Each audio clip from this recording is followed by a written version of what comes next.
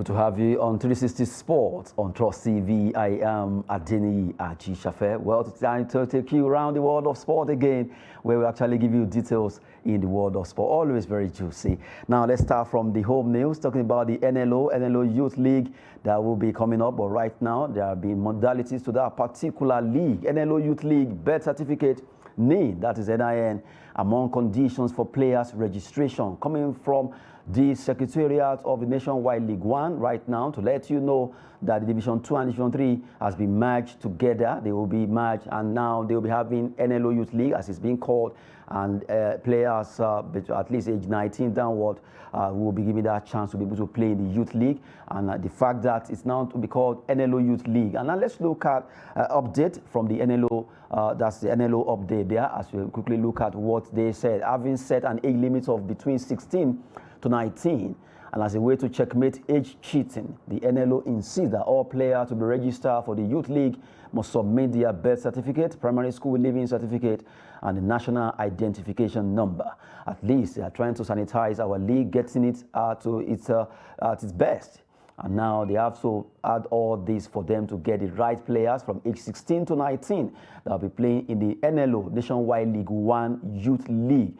That won't be Division 2 or 3 anymore. It is now going to be known as Youth League. Well, good one there. I have in the studio Vincent Okara. Let's look at this topic together. When I saw the news, it was a very good one, because this same competition has produced superstars for Nigeria. The late Stephen Keshi, blessed memory, he produced the Rashidi Yakini of this world, late too. That, you know, so these are the kind of competition they're supposed to be investing on. It's a very good one, and the age cheating thing it must be seriously taken into consideration, because Nigeria has this way of manipulating age when it goes to all these club competition, most especially under 17. That's why you see us most time we won the most successful under 17. That's because they are going there with people with different age. So looking into the best certificate thing and the name, I think it's a very nice one. So you can get, at least even if you want to cheat, maybe 1 or 2 years, it's fine. You see Messi is still playing football. You see, boy, is Mikel retired. So those are the things we are talking about. So investing into this NLO, it's a very good one. A good one, and I love the fact that you mentioned, you actually make an example of the likes of Messi, Ronaldo, because most of their age mates in Nigeria, in fact, they are like grandfather. They don't play anymore. So Messi is still playing. Mikel has retired. Where is Tai Taiwo today? Tai Taiwo, Messi, and the other guy, they won the Golden Ball, the Golden Boot in 2005, Holland 2005. So where is Tai Taiwo today? Where is Mikel? So this is the age thing we're talking about. But Messi is still playing a competitive football. And you look at if we can get it right with this style they are bringing, with this merging together, the Division 2, Division 3, calling it NLO Youth League, and trying to see how they can reduce that age cheat. It will actually help us, because definitely help Nigeria football. We discover so many talents. From there, some of them will move to NNL, some will get to MPFL, some of them will move out. Made mention in an interview, he said his first appearance, he was picking secondary school. Before he was playing for under 17 from secondary school. Those are the things, Mokachi. Those are the things we're supposed to be, those are the culture we're supposed to be imbibing on. So it's a very good, investing on it will be very good business. It will be a good business if we can really let the Youth League stand, according to Vincent O'Hara there. But from the way it is, it seems the NLO Secretariat are trying to do everything possible to make sure it works out by at least rolling that particular update for Nigerians, to all the clubs to know that, yes, we have done this. Division 2 and 3 has been merged together as one, then known to be known as NLO Youth League, and this will be coming up any moment. Age 16 to 19, if you are there, get ready, because you just have to showcase birth certificate, primary school leaving certificate, and also NIN for them to discover your real true age. One way or the other, at least let's even reduce the age so that we can have more longevity in the world of football development in Nigeria. Good one there. Let's talk about basketball now. We move away from football. Let's talk about basketball. While we are talking about football development in Nigeria, let's look at basketball development in Africa. Basketball African League has been the one that has come to stay, and right now a lot of countries participating know the value we actually gain anytime they play this particular competition across Africa. Well, be it in Rwanda, be it in Senegal, but right now the BAL has set to stage scouting event for upcoming players, and that will be coming up in Paris, France. that will be coming up in Paris, France, and they want to make sure they get about 30 players who will be coming up for this particular event. And the good thing is that scouts will be there to check and get these players. And I love the fact that they deem it fit. When you look at NBA, having this pact with Africa, NBA, BAL, at least those stars come to Africa to play. We see them. They allow other clubs in Africa, the clubs that actually top each country's performance in basketball. They come together to play a league. It runs about 3 countries, and they fight for honors. And that particular competition has brought so much joy, so much talent discovery to Africa. Yeah, it's a good one. From this part of this world, I've come to realize, even my growing up, we don't really fancy basketball. It was football. So starting something like this is a very good one for Africa as a nation, so they can compete as a continent. Yes, as a continent. It's a very good one for us, so they can compete in when they are going to the Senior World Cup and every other thing, they can compete better. It's a very good one too for them, yes. A good one there for BAL Africa, for the fact that they are doing everything possible to make sure basketball really grow in Africa. 30 players will be expected to at least being scouted over there in Paris for this competition that will be coming up. And right now, we can't wait to see teams from different parts of Africa coming together to play in Senegal, Rwanda, that's Kigali, where basketball seems to be growing so well. But for our own basketball, something must be done. We need to get it right if we are to at least prosper well in this particular sport. It's been a while. Our league has been a moribund. We need to get it back to life. Not forgetting the women basketball too. And if you check Africa, D Tigers, D Tigress, they have what it takes to actually rule Africa and also be part of the best club teams in the world. But right now, because our leagues are really not doing well, though we are relying on the international players, we need to look inward by developing our own basketball league. Away from basketball, let's talk about the Premier League, where Fulham will be taking on Chelsea in the Battle of London there. A big one between London clubs. Fulham, Chelsea, Vincent. Fulham have not lost a match since last year, November. They've not lost a Premier League match since last year, November. They are in fact, one of their best form ever in the Premier League. So they are doing well. And Chelsea, coming from their shambolic display of the season, man, I don't see them winning Fulham. But it's not in Stamford Bridge, in Craven Cottage. It will be very difficult. Fulham are doing well in Craven Cottage. The only advantage they might have, Mitrovic is suspended for this match, so they might take advantage of that. The energy and the I don't know the right English to use now. The love for football right now in Chelsea is not there. So maybe they need the psychologists that will talk to those players. They have good players. Injuries is stopping them. They have plenty injury, Kante, Kovacic, and all of them. They are injured. But on a normal day, the Chelsea will definitely beat Fulham. But the present Fulham, we know now, what they are playing now, I doubt if Chelsea go with that same mentality for the past 2, they've not won any match this year. So if they go with that same mentality, they want to go and play Fulham, I don't see them winning. You don't see them winning? I don't see them. With Joe Felix just coming in, they just brought some players into. I don't know. I'm so finding it difficult to tell anybody that Chelsea will take the day. Fulham are doing well, I must confess to you. Are you afraid, or you believe that they will not perform well? Is it out of fear?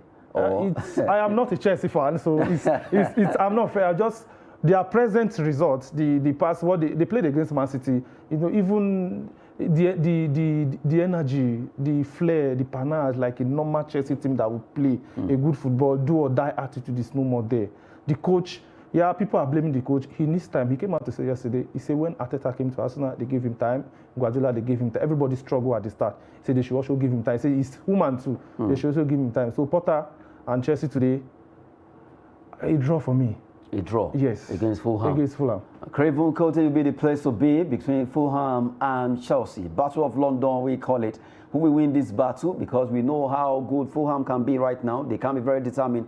And Chelsea, I don't want to use the word depleted, but really, they need to be at their best to defeat Fulham right now. Although, you can never say never for Chelsea. They can pick up the pieces and surprises everyone. It's very possible. Football can just be very dicey. Fulham-Chelsea match tonight. Now, quickly, let's talk about Italia and Coppa Italia, where fixtures will be coming up. Also, Sampdoria, Fiorentina.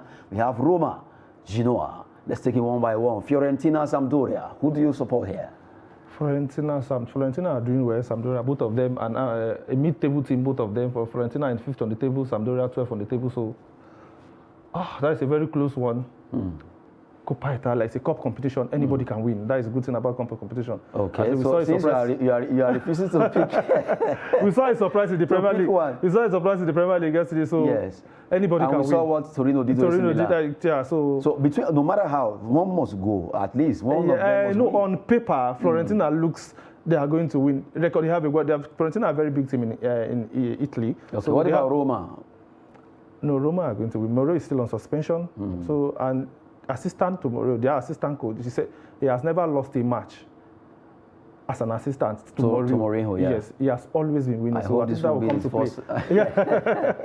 You know, it has always been the first time. Yeah. But really, fantastic one there. Let's look at it again. The fixture in the Coppa Italia that will actually be coming up there. We have Roma, Genoa, Sampdoria, Fiorentina. Who wins those battles between the four clubs as they'll be fighting to join Inter Milan and also joining Torino, who right now they've actually done their best to win their games. And Roma, Genoa, Sampdoria, Fiorentina are yet to do their own. That will be coming up just to let you know. Quickly, let's talk about, you actually mentioned it earlier, Joao Felix. He has joined Chelsea, no doubt about that. In fact, no longer news, but the fact that, what will he be adding to Chelsea? On a very good day, Joao Felix is a fantastic player. It's not an average player, it's a world-class player. Though he's leaving Atletico Madrid because he's having issue with the coach. And the coach will be going at the end of the season. At the end of the season, yes. So he's returning back. There's a possibility, my son, but we know Chelsea. Chelsea can definitely activate the clause. It's just £75 million. So that is a change for Chelsea. But coming into Chelsea, a depleted Chelsea team right now, some players are lucky. It might come with a different energy already. Talk to them, guys. This is Chelsea Football Club who can make things happen. But Chelsea team right now, though Joao Felix will definitely add something to every other team out there. He's a very good player, fantastic. As long as you're playing for Atletico Madrid, Portugal national team, you're a good player. So he's definitely going to add something.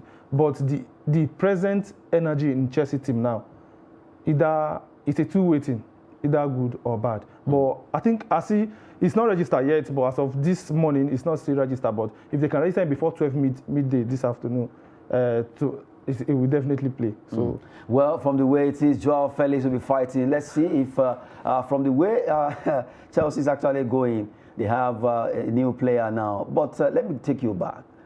The number 9 jersey of Chelsea. A lot of people, they call it is a cost jersey or is a close wing or thereabout. But Lukaku, Falcao, Pato, I'm trying to remind you players have actually done that, and they've not been able.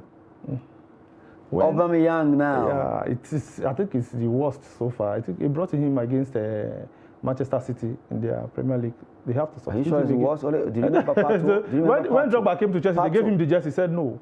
He said, maybe it was wise. To take that all those things happen in football, but we just see it as normal, but they are not normal. If you say they are signing you. So let me ask you a question. Who could have caused that jersey? It's possible. Somebody, somewhere. But really, it's definitely working. Maybe I just it might just though Aubameyang has passed his prime anyway. He has passed his prime. And what about Pato? I remember Alexandre Pato. I remember Falcao came. I remember Lukaku. A lot of players that actually done that jersey, but it has never clicked. What's the problem? We are still praying. Maybe someday the course will be broken. Could it be true? Or it's just normal? I think at this point it's true. You just mentioned 5 world-class strikers that came there and they flopped. So at this point, I believe it's true. Maybe they should just retire the jersey permanently. I don't want to sign for Chelsea. I'm wearing blue now.